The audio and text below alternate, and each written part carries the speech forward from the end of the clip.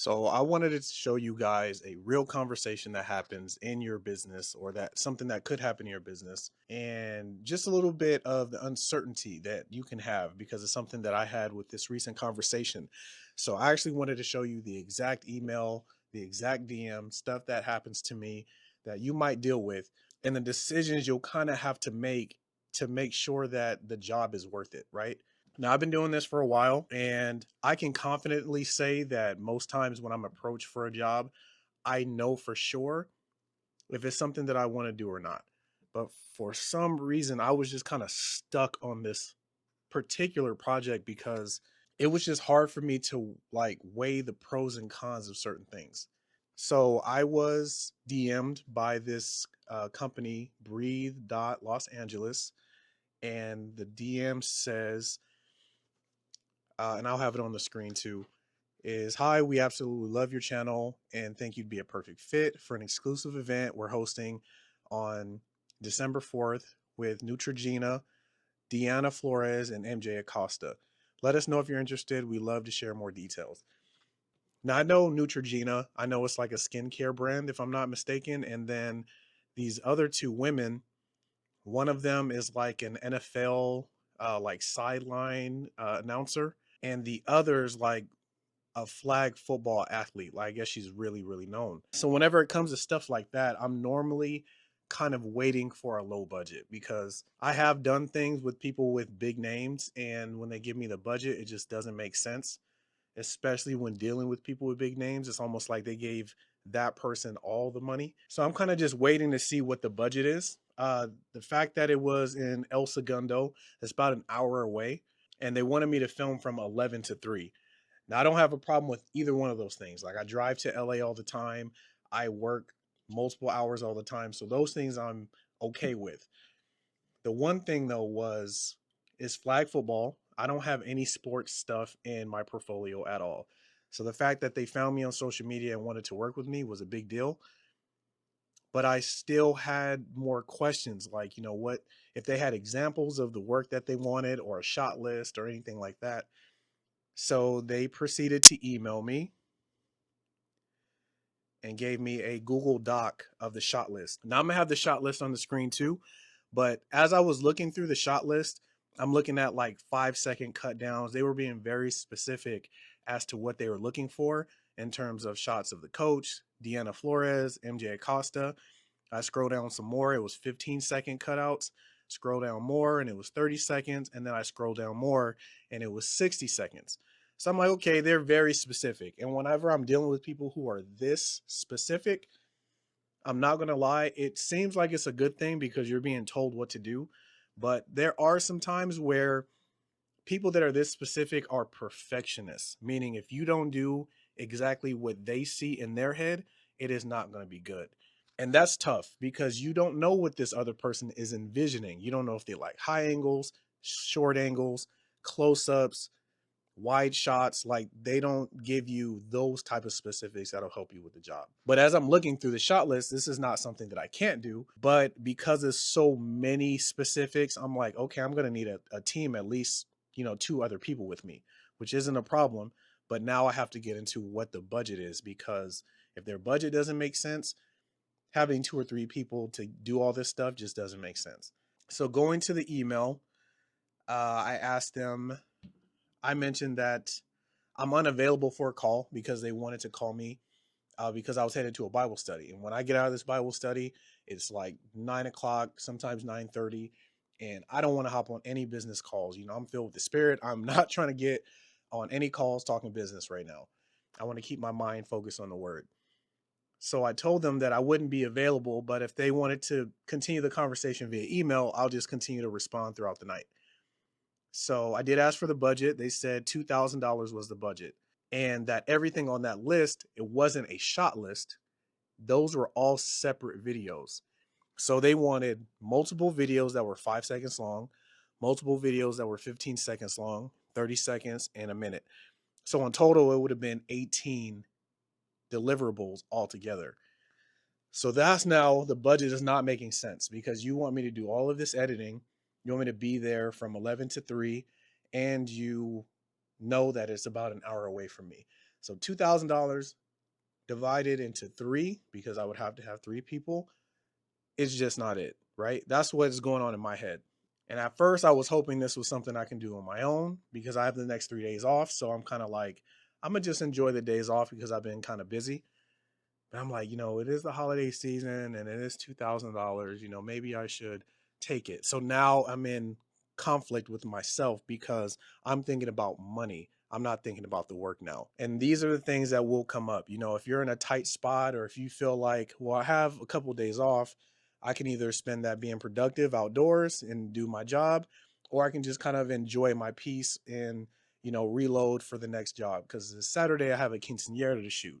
So throughout the Bible study, I'm kind of in conflict because I read that email before I went in, which is something you shouldn't do. So this was my response to see if they could increase that budget in any way. Okay, thanks for the clarification. I wanted to revisit the budget for your project, considering the scope outlined above, including deliverables, travel distance, and the time required for filming, along with short turnaround for the shoot tomorrow.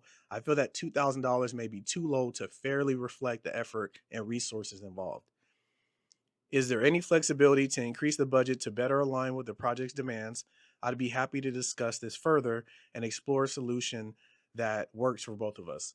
Looking forward to your thoughts. And they said their response was, sure, let us know your thoughts. So if the ball is my court, if the ball is in my court, I'm going to try to raise it at least by 2-3 grand because that's what I believe is fair with everything that they're asking for. So my response was, with the scope of work being filming from 11 to 3 on site, including setup and teardown, travel, multiple deliverables, post production, and that means editing and revisions and all that. I think the proposed budget should be anywhere between 3,500 and 4,000. This proposal reflects the efforts required to deliver polished and engaging content while meeting your expectations for quality and timeliness, because they wanted the turnaround time to be in 7 days. Please let me know if there's any flexibility in the budget, and I'm happy to discuss options to move forward. So with that, they sent me the contract. They didn't really respond right away, which was strange, but they sent me the contract basically stating um, everything I mentioned, the time I would be there, the time to shoot, the location, that I would get 50% of the total fee up front, and then the remaining 50% after all the deliverables, all after all the deliverables were given, and that they would receive the rights and ownership. I don't like that. Of all the raw footage, edited videos, and final images, that will be their exclusive property. For $2,000, once I read that, not at all. Like $2,000 is definitely not enough now. And this was just my thought process. Whenever I see like all of the footage will be owned by them, bro, I'm giving you so much and you're not giving me enough now. Now I know that it's worth more, right? Then I seen a confidentiality part. So it says that the service provider, me, agrees to keep all information related to the event, including deliverables, participants, and discussion with the client, confidential, and not to disclose or use it for any other purpose without written consent of the client. So that means I can't even use this footage for my own portfolio. I can't promote myself using this stuff. I can't show who I was working with. Now, NDAs are done throughout business. I understand, especially when working with A-list celebrities, but I've always been told that I was able to post it after the project was done, like after they posted it. So I was able to use it. I just couldn't use it right away. So in this agreement now, I'm being told that I have to film at a certain location from a certain time, give 18 videos in total, and I don't get to own the rights to my own stuff, and I can't even post or share this stuff for $2,000. Mind you, this is stuff that comes up. This is why I wanted to be super transparent about this. And it was funny because I was battling with this at first, but the more information that you kind of get as you're talking and dealing with clients, you'll start to realize, okay, this job just doesn't make sense. So they asked if I had gotten the contract, and I said, yes, I was just waiting to get the new budget approval with that 4,000 that I was mentioning. And they mentioned that they were approved. Oh, excuse me. They mentioned that they got approved for $3,000. So after they said 3,000, I just knew this was not the job for me. I just decided, even though $3,000 is a lot of money, being overworked is just never worth it, guys. I want you guys to know that. Like, if you're in a tight spot right now, I get that sometimes $3,000 can be tempting. Like, oh man, I'll be $3,000 richer. But you're not realizing all the things that come with that 3,000. Your worth, you shouldn't be so quick on something just because you're broke. You shouldn't be so quick on something just because you're in a tight spot. Like, there are certain things where I'm glad that I have cushion behind me in my bank account, to where when I get offered something that has a lot of zeros behind it, I'm not so eager to jump on that, because I do believe that clients can kind of sense when you're eager for business. So I'm able to talk calmly, I'm able to talk professionally, I'm able to ask 100 questions, not just what's your budget, get the number and you be like, yep, I'm in. Like, there's a lot of parameters that you should consider whenever you're getting a job. So one of my final responses was, after reviewing the details, I realized that the proposed budget and timeline don't align with the scope of work required. Oh, and I forgot to mention, this came to me December 3rd. The event was the next day, December 4th. So I didn't even get 24 hours notice for this event. Now, I don't know if somebody canceled, but I had very little time to kind of consider and think about these things.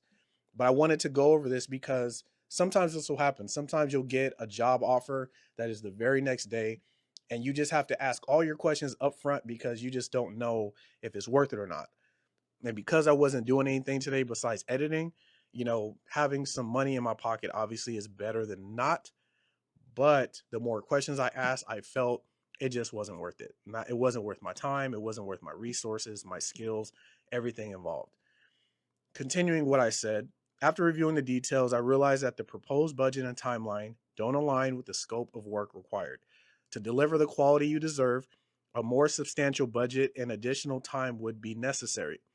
While I won't be able to take on this project, I'd be happy to discuss options for future collaborations with proper lead time and resources. Wishing you all the best in this project, and thank you again for thinking of me. So obviously, it just wasn't the right fit for me. Although I wish I could have done the job for them, it just wasn't going to work. And I know that about myself. I know that based on the time that was given and the budget that was given and the shot list and the deliverables and all that stuff, I just felt like at the end of it all, I would have got paid and I would have started working on it here, like the post production, and I would have been rubbing my face like, why did I do this? And that just comes with experience. Like, sometimes you'll find out after the fact, when you say yes, that it wasn't worth it.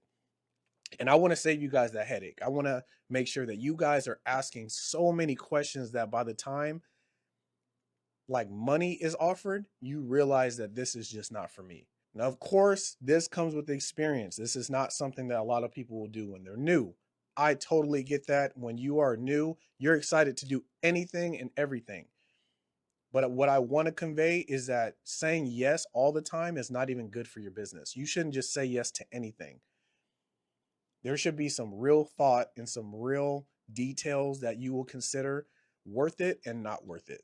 Because that's the only way your business will expand. If you're just saying yes to everything, guaranteed you're going to burn out, guaranteed you're going to take on budgets that are way lower than you deserve. You're not going to be able to bring on a crew, and you're not going to be able to scale. So all in all, to wrap that up, I would actually be at this project right now, like literally as we speak, but I'm home and I'm making a YouTube about it and I'm editing and I'm happy with it. I'm happy with my no as of right now. And hopefully in the future they reach out to me so that we can continue and talk about, budgets and different projects that they might have. Um, but sometimes that doesn't work. Sometimes it's just the no might have stung and they're going to go out and possibly look for other videographers. They may have offered another guy or girl the job today, but overall it just wasn't for me. And all in all, you should know what type of job you're willing to work for and the type of budget that makes sense for you. But thanks for listening. I know this was more behind the scenes admin stuff that you guys might not be dealing with, but I wanted you to see what type of things do come for you and the things you should consider before saying yes to a job. And if this says anything, is that you should be posting on your social medias because that's where they found me. Like money will find you if you're out there building your brand. But that's it for this one, guys. I hope you found this valuable. If you did, please like, comment, share, all that good stuff. And I'll see you in the next one.